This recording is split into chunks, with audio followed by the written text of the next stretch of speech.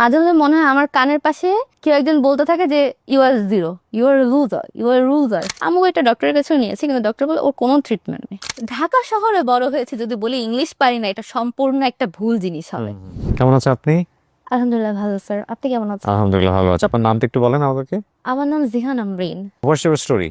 English therapy is one kind of magic. আমার তো নিজেরই মনে হচ্ছে আমাকে ওখানে ভর্তি হতে হবে। সবাই এত ভালো বলে, মাশাআল্লাহ মাশাআল্লাহ। I really feel happy. Personally, I am a depressed person. Okay. In my life, before coming English therapy, I faced too much depression. Depression শুরু হয় আমার যখন আমি বুঝতে শিখি। মানে এমনও হয়েছে লাইফে, আমি হয়তো চিন্তা করি যে যদি মুসলমান হিসেবে গুনাহ না হতো অথবা না হতো এরকম যে এরকম, হ্যাঁ, আমার ফার্স্টে কালার কমপ্লেক্সন নিয়ে প্রবলেম ছিল। লাইক ছোটবেলায় আমি হচ্ছে একটু ডার্কিশ ছিলাম, ডার্কিশ বলতে একটু শ্যামলা ছিলাম। সো এটা নিয়ে আমার কাছে নিজেকে অনেক মিন ফিল করতাম যে না আমি like you have faced lot of bullying or harassment in your life for that? হ্যাঁ, ইন স্কুল আমি হচ্ছে পড়াশোনা অত একটা ভালো না, আমি একটা এভারেজ স্টুডেন্ট। আমরা জয়েন্ট ফ্যামিলিতে থাকি, সো আমার চাচাতো বোন ও কিন্তু বরাবরই ফার্স্ট গার্ড। সো আমার না একটা সময় খালি মনে হতো যে আচ্ছা আমি কি কিছু পারি না, একই তো ফ্যামিলি, মানে ও যা খাচ্ছে আমিও তো তা খাচ্ছি, তাহলে আমি এরকম এক্সেপশনাল কেন? আমি নিজেকে লো মনে করা শুরু করি। অনেক সময় দেখা যায় মানে মাঝে মাঝে মনে হয় আমার কানের পাশে কেউ একজন বলতে থাকে যে you are zero, you are loser, you are loser, you can do anything, you can achieve in your life anything.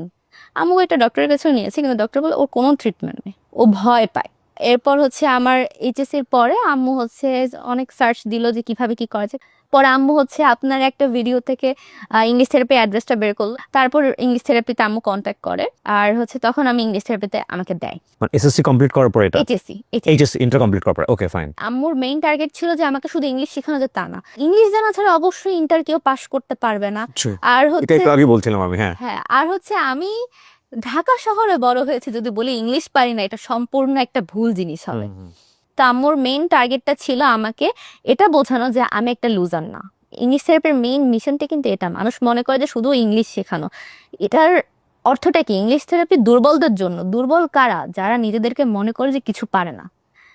So English therapy এটা একটা বড় একটা দিক যে ওরা হচ্ছে আপনার ভেতর থেকে আপনাকে বের করবে। তুমি যদি না বলতে পারো সমস্যা নেই, কিন্তু তুমি দেখাবে না যে তুমি বলতেই পারো না।